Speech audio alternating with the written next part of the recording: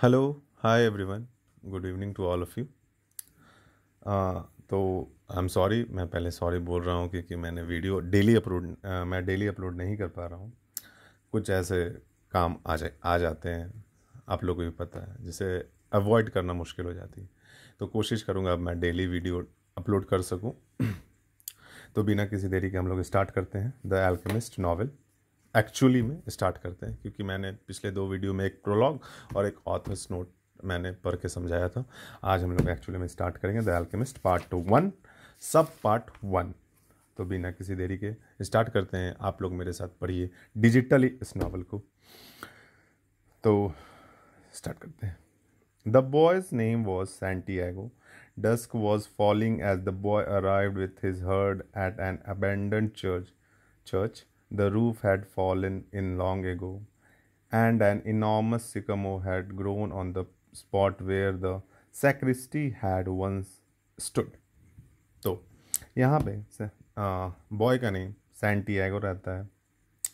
ऐसे तो सूरज ढल चुकी है और वो एक चर्च में आता है, बहुत पुराने चर्च में, जहाँ पे जो चर्च का छत रहता है वो आधा टूटा रहता है।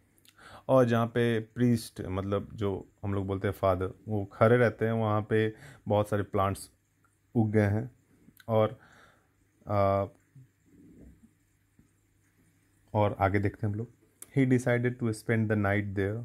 ही saw to it that all the sheep entered through the ruined gate, and then laid some planks across it to prevent the flock from wandering away during the night. There was no wolves in the region, but once an animal had strayed during the night, and the boy had to spend the entire next day searching for it. मैं आप लोगों को पहले यहाँ पे एक बात बता दे रहा हूँ कि इस नॉवल में कहीं कहीं एक वर्ड का रिपीटेशन है। जैसे यहाँ पे देखिए हैड, तो मैं उसे एक ही बार पढ़ूंगा। सो वो डिसाइड करता है वहीं पे उस चर्च में, पुराने चर्च में रात बिताने के लिए। वो ध्यान से देखता है कि सारे जो उसके शीप हैं वो अंदर आ चुके हैं या नहीं। और उसने एक प्लैंक रख दिया है, मतलब एक तरह से तख्ता रख दिया है उस गेट को, जो रूइंड गेट था उसे बंद करने के लिए। ऐसे तो वहाँ पे कोई वुल्फ्स नहीं था, भेड़िया नहीं था, अगर उसकी मगर उसकी कोई अगर भेड़ रात में भटक जाती है, निकल जाती है उस चर्च से, तो अगले दिन उसे पूरा दिन बिताना पड़ेगा उसे एक सिंगल अकेली भेड़ को खोजने के लिए। He swept the floor with his jacket and lay down using the book he had just finished reading as a pillow.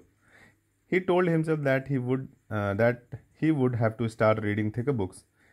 They lasted longer and made more comfortable pillows. So उसने अपनी jacket से floor को साफ किया और अपनी novel या book को पढ़ना। Using the book he had just finished as a pillow.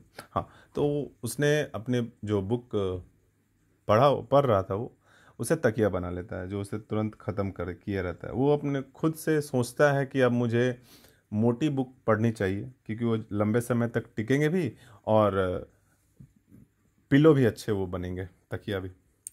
It was still dark when he awoke, and looking up, he could see the stars through the half destroyed roof. I wanted to sleep a little longer, he thought. He had the same dream that night as a week ago, and once again he had awakened before it ended. जब वो उठा तो देखा कि अभी तो अंधेरा ही है, मतलब रात में ही वो उठ गया था। और वो रूफ से देख रहा है, छत से जो आधा टूटा हुआ है, कि जो वो तारे देख रहा है ऊपर। और वो सोचता है कि मुझे कुछ और देर सोना चाहिए था, और वो सोना चाहता है और कुछ और देर। कि उसका नींद इसलिए टूट गया था क्योंकि उसने फिर से वही सपना देखा था जो एक हफ्ता पहले देखा था उसने। और उसे बिना वो सपना खत्म भी नहीं हुआ था, वो उठ गया था। He arose and taking up his crook began to awaken the sheep that still slept. वो उठा और जो उसके भेड़ थे वो अभी सो ही रहे थे। वो अपने स्टिक से उन लोगों को उन भेड़ों को उठाने लगता है। He had noticed that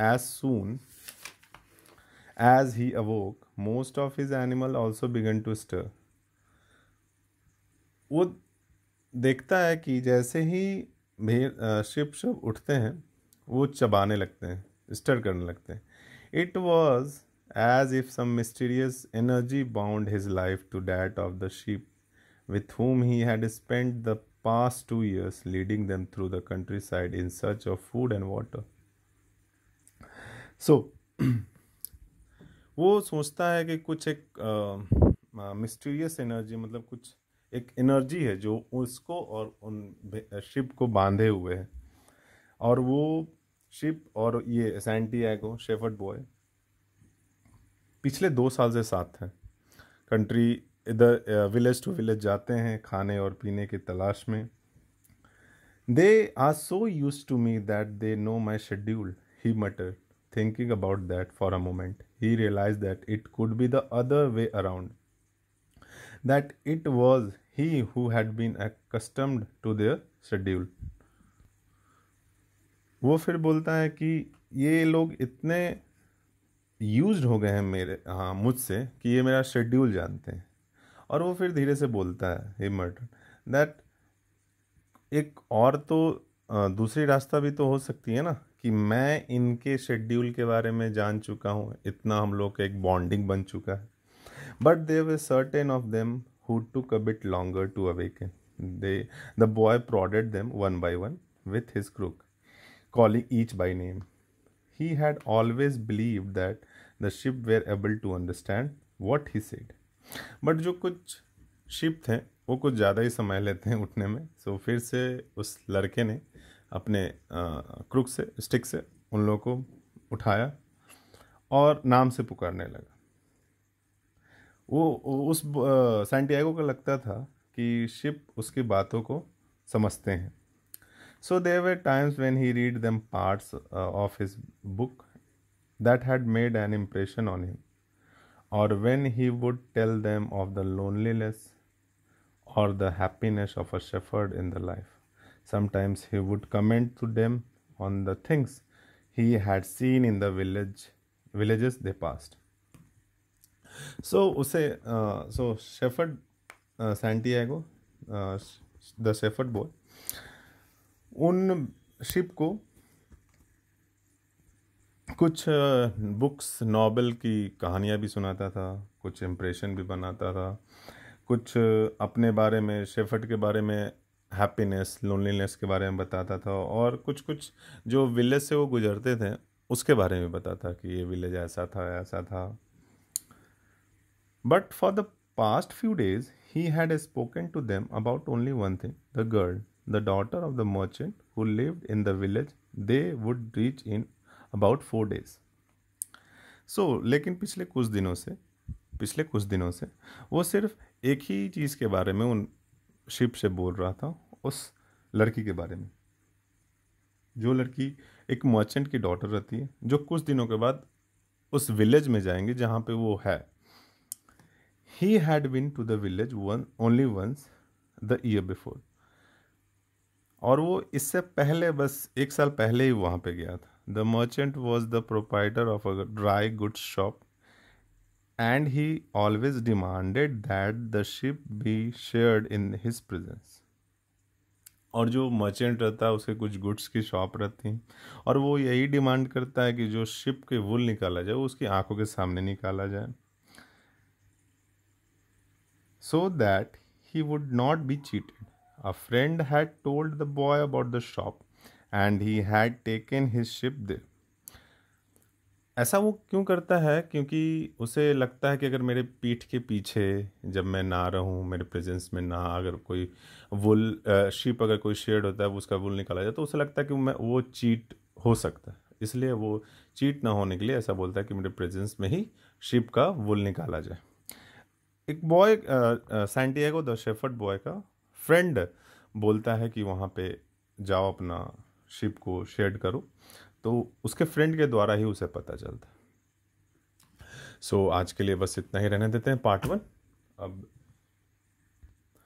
मैं कोशिश करूँगा कि डेली वीडियो मैं डाल दूँ, अपलोड कर दूँ. Thank you. फॉर मेरे साथ ये डिजिटली पढ़ने के लिए। शेयर करें वीडियो, सब्सक्राइब करें, और बेल आइकन दबा देना, प्रेस कर देना। Thank you, bye, good night, take care, और प्लीज़ हेल्दी रहें।